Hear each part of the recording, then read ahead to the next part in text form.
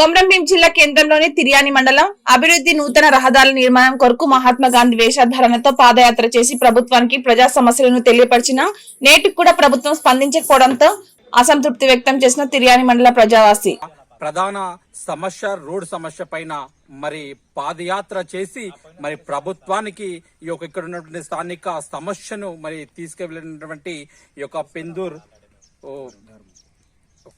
ప్రధాన ఈ యొక్క సమస్య రహదారులపైన పాదయాత్ర చేసిన పెందూరు ధర్మ గారు ఉన్నారు. మరి అతన్ని ఈ యొక్క ప్రభుత్వం తనకిచ్చినటువంటి హామీ ఈ యొక్క ఇక్కడ ఉన్నటువంటి సమస్య పరిష్కారం అయిందా, పరిష్కారం కాలేదా, మరి ప్రభుత్వం మరి తన పాదయాత్ర పైన ఎలాంటి ఈ యొక్క వారితో మాట్లాడించే ప్రయత్నించాం. అన్న నమస్తే, అసలు ఏంటిది, అసలు మీరు పాదయాత్ర చేశారు, ఆ పాదయాత్ర చేసిన దానికి అసలు సమస్య పరిష్కారం అయిందా, పరిష్కారం కాలేదా, అసలు ఏంటిది, ఇప్పుడున్న సమస్యలు ఏంటిది, ఏ విధంగా ప్రభుత్వాన్ని డిమాండ్ చేస్తారు?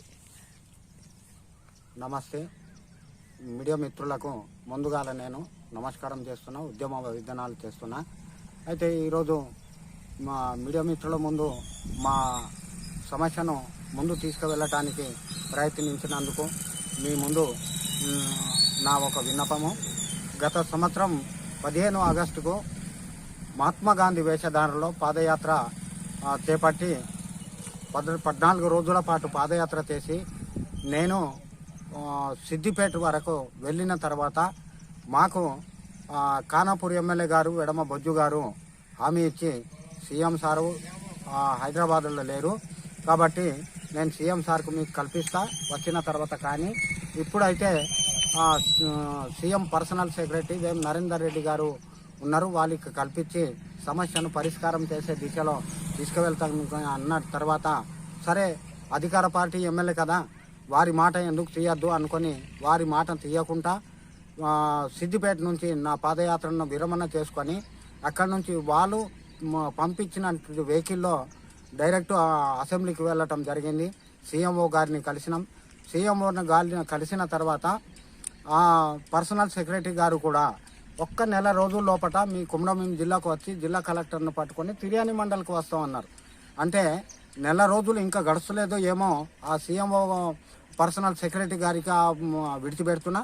మరి ఈ సంవత్సరం గడుస్తున్నది, ఇంకో 15 రోజులు అయితే సంవత్సరం అవుతుంది నేను పాదయాత్ర చేసి. అంటే నేను నా కోసం చేయలేదు, ఈ తిర్యాని మండల సమస్యల సాధన కోసం, ఈ తిర్యాని మండల అభివృద్ధి కోసము చేసినటువంటి ఎక్కడ కూడా నా కోసం మాట్లాడలేదు, ఇది వాస్తవం. అయితే నేను అడుగుతున్నది ఏంటంటే, సంవత్సరం గడిచినా ఇప్పటి వరకు ప్రభుత్వాధికారులు కానీ లేక ప్రజాప్రతినిధులు కానీ ఇంకా ఎవరైనా కానీ ఇప్పటి వరకు ఈ తిర్యాని మండలను చూసినటువంటి దాఖలాలు అయితే లేవు.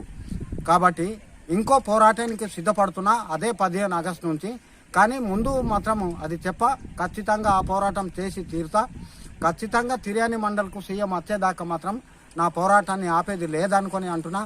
మరి నేను ప్రధాన డిమాండ్లతోటి దేనికోసం అయితే పాదయాత్ర పెట్టినో, ఆసిఫాబాద్ నుంచి దండేపల్లి వరకు డబుల్ రోడ్ చేయాలనే తపనతోటి, మరి అదేవిధంగా ఇప్పుడు నాయకులు చాలామంది ఈ మధ్యలో ప్రకటనలు ఇచ్చిండ్రు, పేపర్లలో ఫోటోలలో పోజులు ఇస్తుండ్రు, కానీ ఆ రోడ్లు శాంక్షన్ చేస్తున్నాం, శాంక్షన్ అయినాయని అంటున్నారు.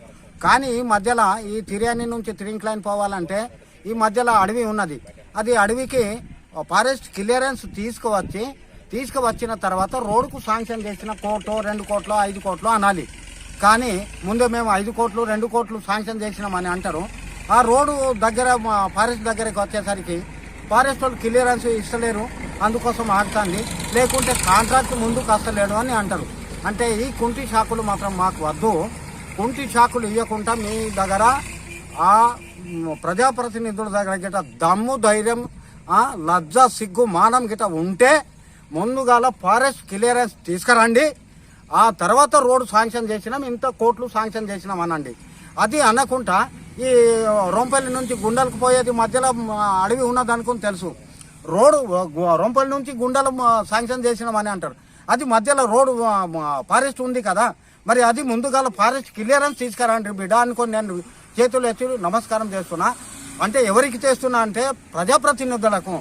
ఇక్కడ ఓట్లు తీసుకొని 5 సంవత్సరాల పాటు మీ జలసలు కాదు, ఇక్కడ అడిగేది ఏందని అంటే ఈ రోడ్ల సమస్య ప్రధానంగా ఈ తిర్యాని నుంచి ట్రైన్ లైన్కు పోయేసరికి ఎంత నరకయాతన చూపెడుతుందో, ఈ 2 వీలర్స్ కానీ 4 వీలర్స్ కానీ పోయే అటువంటి అందరికీ కూడా తెలుసు.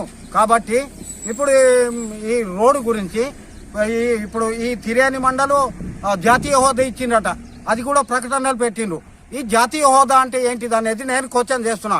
ప్లీజ్ గివ్ మీ ఆన్సర్ అంటున్నా. ఎవరు జాతీయ హోదా ఇచ్చిండ్రు, ఎవరు ప్రకటన పెట్టిండ్రు, అది నేను అడుగుతున్నది. అంటే జాతీయ హోదా అని అంటే దీనికి వచ్చే నిధులు వస్తాయి, దీన్ని అభివృద్ధి చేయాలి అంటే అందులో మళ్ళీ ఈ తిర్యాని మండలం సస్యశ్యామలం అయినట్టుగా అన్నట్టే కదా జాతీయ హోదా వచ్చిందంటే. కేంద్రంలో జాతీయ హోదా ఇచ్చిండ్రు, ఏ రూపకంగా ఇచ్చిండ్రు అనుకొని నేను అడుగుతున్నా ఈ రోజున. అంటే జాతీయ హోదా ఇస్తే ఇది ఇప్పుడు ఈ తిర్యాని మండలం లోపల ఈ ఓపెన్ క్యాస్ట్ ఖైరు కూడా ఉంది. ఓపెన్ క్యాస్ట్ అంటే నల్ల బంగారాన్ని తీసుకువెళ్తున్నారు, కోట్లాది లక్షల డబ్బును తీసుకువెళ్తున్నారు. ఈ స్థానిక ప్రజలకు కనీసం అక్కడ ఉద్యోగాలు కూడా ఇవ్వకపోవడం ఎంతవరకు సమంజసము? అంటే అదే సింగరేణి గిట ఈ తిర్యాని మండలం దత్తత తీసుకొని ఉంది. మరి దత్తత తీసుకున్న తర్వాత నీ బిడ్డ లాంటి కదా, నీ బిడ్డకు ఏమేమి కావాలన్నా, చెడ్డి కావాలన్నా, అంగి కావాలన్నా, పాయింట్ కావాలన్నా, ఇది అన్నీ ఇచ్చే అటువంటి బాధ్యత దత్తత తీసుకున్నటువంటి వాళ్లకు ఉంటుంది. మరి ఎందుకు ఇస్తలేరు? ఈ సింగరేణి ఓపెన్ క్యాస్ట్ వలన తిర్యాని మండలం బాగా ఓపెన్ క్యాస్ట్ ఎటు డైవర్షన్ అవుతుంది. ఓపెన్ క్యాస్ట్ ఎటు డైవర్షన్ అవుతుంది, నిధులు ఎటు పోతున్నాయి, డిఎంఎఫ్టి నిధులు ఎటు పోతున్నాయి. ఈ డిఎంఎఫ్టి నిధులు ఎటు పోతున్నాయి అంటే ఒక 10 సంవత్సరాలు ఇచ్చే అటువంటి బాధ్యత దత్తత తీసుకున్నటువంటి వాళ్లకు ఉంటుంది. మరి ఎందుకు ఇస్తలేరు? ఈ సింగరేణి ఓపెన్ క్యాస్ట్ వలన తిర్యాని మండలం బాగా ఓపెన్ క్యాస్ట్ ఎటు డైవర్షన్ అవుతుంది. ఓపెన్ క్యాస్ట్ ఎటు డైవర్షన్ అవుతుంది, నిధులు ఎటు పోతున్నాయి, డిఎంఎఫ్టి నిధులు ఎటు పోతున్నాయి. ఈ డిఎంఎఫ్టి నిధులు ఎటు పోతున్నాయి అంటే ఒక 10 సంవత్సరాల పాటు బీఆర్ఎస్ ప్రభుత్వం ఇక్కడ పరిపాలించింది. మరి ఈ బీఆర్ఎస్ ప్రభుత్వం లోపల ఈ 10 సంవత్సరాల లోపల ఒక్కొక్క సంవత్సరానికి బీఆర్ఎస్ ప్రభుత్వానికి ఎంతో పర్సెంటేజ్ ఇచ్చింది, లంచం ఎంత ఇచ్చింది అనుకొని అడుగుతున్నా నేను. అంటే అది నాకు కావాల్సింది. అదే లంచం గిట మీరు అడగకపోతే ఈ తిర్యాని మండలి ఈ సస్యశ్యామల అవుతుండే డిఎంఎఫ్టి నిధులతోటి. ఇప్పటికైనా బీఆర్ఎస్ ప్రభుత్వాన్ని క్వశ్చన్ చేస్తున్నా, అది కక్కిస్తా ఖచ్చితంగా. ఆర్టీఐ పెట్టుకొని 10 సంవత్సరాలు మీరు చేసినటువంటి దందా ఖచ్చితంగా కక్కిస్తా. అది ఇక్కడ కాకుండా హైకోర్టులో పెడతా. ఖబర్దార్ బిడ్డ, నేను కూడా ఒక భారతదేశ పౌరున్నే, నాకు కూడా ప్రశ్నించే హక్కు ఉన్నది. మిమ్మల్ని ఎందుకు ప్రశ్నించున్నా అంటే నేను కూడా కోటి పెట్టినా నా ఓటు కూడా నీకు ఇచ్చినటువంటి వ్యక్తిని. కాబట్టి ఓటు ఇచ్చినటువంటి వ్యక్తులకు మీరు చేయవలసింది ఏంటంటే ఇక్కడ పేద ప్రజలు ఎవరైతే ఉన్నారో వాళ్ళకి అభివృద్ధి పరచండి అంటున్నాం.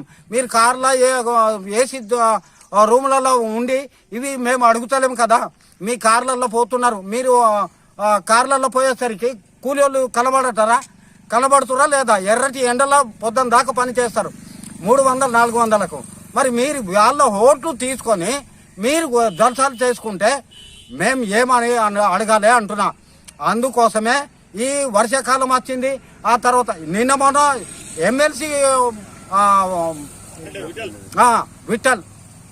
దండ విఠల్ గారు, మీకు కూడా మీరు ఎమ్మెల్సీ కదా ఆదిలాబాద్ జిల్లాకు, మీకు కూడా సోటికి కూర్చొని ఇస్తున్నా.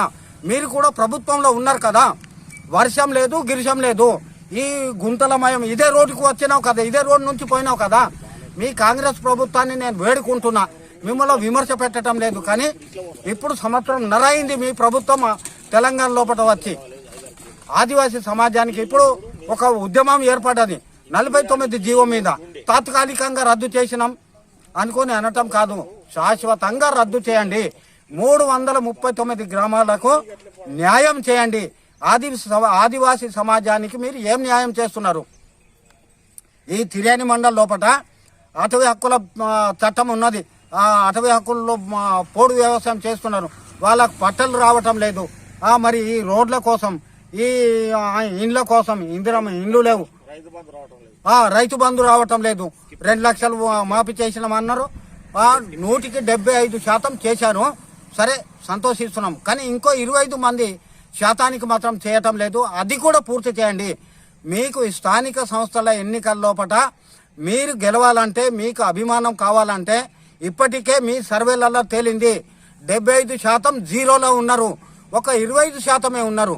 అది 18 ఏళ్ల లోపల 25%లో 75% పడిపోయిందంటే మీ ప్రభుత్వం నడుపుతున్నటువంటి ఏంటిది అని మేము క్వశ్చన్ చేస్తున్నాం. కాబట్టి ఈ ఎమ్మెల్సీ గారికి, ఎమ్మెల్యేల గారికి, ఎంపీ గారికి ఇంకో విషయంలో వస్తాం. ఎంపీ ఇప్పుడు సోయం బాపురావు 5 సంవత్సరాల పాటు బీజేపీ నుంచి గెలిచి ఉన్నారు.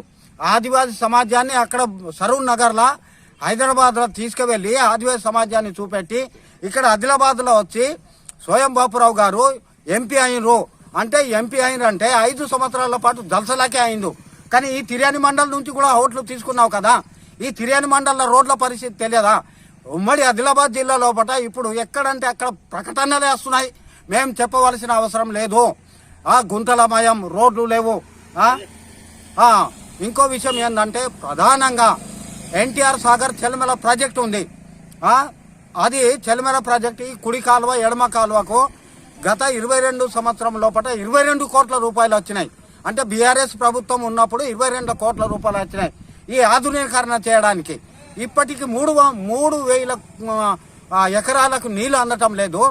6,000 ఎకరాలకు నీళ్లు అందాలనుకొని అన్నది. కాబట్టి 6,000 ఎకరాల భూమి సాగులోకి రావాలి. ఈ కుడి కాలువ ఎడమ కాలువ కంపల్సరిగా ఎక్కడ వరకు అయితే సర్వే చేసిండ్రో అక్కడ వరకు ఈ కుడి కాలువ ఎడమ కాలువని ఆధునీకరణ చేయాలి.